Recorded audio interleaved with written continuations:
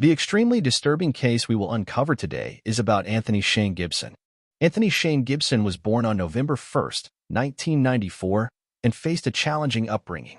His mother left when he was young, leaving him in the care of his father, Christopher, his grandmother, and other extended family members. Living in Harpersville, Alabama, Anthony worked for his family's siding business and pursued online classes, showcasing a strong work ethic and a passion for music. He was last seen alive on July 2, 2015, when he left his home around 8 p.m. that Thursday night, informing his family that he was going to a nearby store. Departing in his grandmother's white 1998 Ford Escort, he never returned. Anthony's family, unaware of his fate, reported him missing when he failed to return home after borrowing his grandmother's car on July 2nd.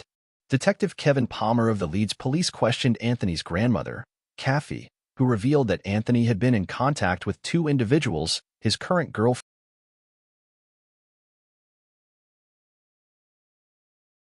Gibson's body was discovered 3 days later on a Sunday night, July 5, 2015. Leeds police received the call at 6 p.m. after someone made the distressing discovery. Responding to the wooded area, located 3/4 of a mile off Marquita Road in Jefferson County, they found Gibson's body burned beyond recognition, with an autopsy revealing he had been shot. Leeds detective Kevin Palmer led the months-long investigation, revealing that the murder occurred at Candie Zito's parents' home in Chelsea, and Gibson's body was subsequently taken to Leeds and disposed of. As detective continued his investigation, he received a tip suggesting Lane Lowry's potential involvement in Anthony's disappearance. Lane, Candie's boyfriend, had a criminal history, and the tipster claimed that Anthony intervened in a fight between Lane and Candie, leading to Lane's violent reaction. Detective Palmer attempted to contact Candie but was met with resistance. Candie, living in a tent in her parents' backyard due to her turbulent past, became a suspect after fleeing with Anthony's grandmother's car. During the pursuit, initiated at 1:47 p.m., Corey Zito, identified as the driver, failed to comply with the deputy's instructions, instead putting the car in reverse and jumping the curb of a store. The pursuit continued at a high speed, with the vehicle running other motorists off the road. It extended into Martin County through the cities of Lagodi and Shoals. A high-speed chase in Indiana resulted in a crash, leaving Candie and her cousin, Corey Zito, severely injured. Both suspects were airlifted to Deaconess Hospital in Evansville. Candie Zito underwent surgery, stayed in the hospital until July 14, 2015, when she was released and booked into the Daviess County Security Center in Washington, Indiana. She now faces felony charges in that state for resisting law enforcement and possession of stolen property, in addition to the theft of property warrant in Alabama for the theft of Gibson's car.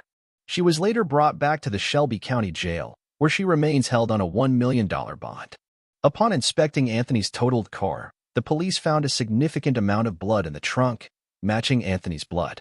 Subpoenaed phone records revealed that Candie had lured Anthony to her house on July 2nd under the pretext of sex, ultimately leading to his death. A former jail cellmate of Candie's disclosed her involvement in disposing of Anthony's body. Corey Zito, initially in critical condition, had an Alabama arrest warrant issued on September 6 for the theft of property charge related to Gibson's stolen car. The timeline of his release from the Indiana hospital is unclear, but he was booked into the Shelby County Jail on that day, held on a $1 million bond, and has been incarcerated since then. Initially facing only theft charges, Corey Zito had been sought by the Iberia Parish Sheriff's Office in Louisiana since mid-June on charges of domestic abuse battery with strangulation and domestic abuse battery for 2 separate incidents. Candie and Corey faced murder charges, and a plea deal was negotiated with Anthony's family, resulting in 20 years of imprisonment for both. Despite the potential for life sentences, they will be eligible for parole in 2030. It was speculated that the Candie masterminded the crime, driven by a pursuit of money and drugs. Thanks for watching. Click that like button and the notification bell if you like the video.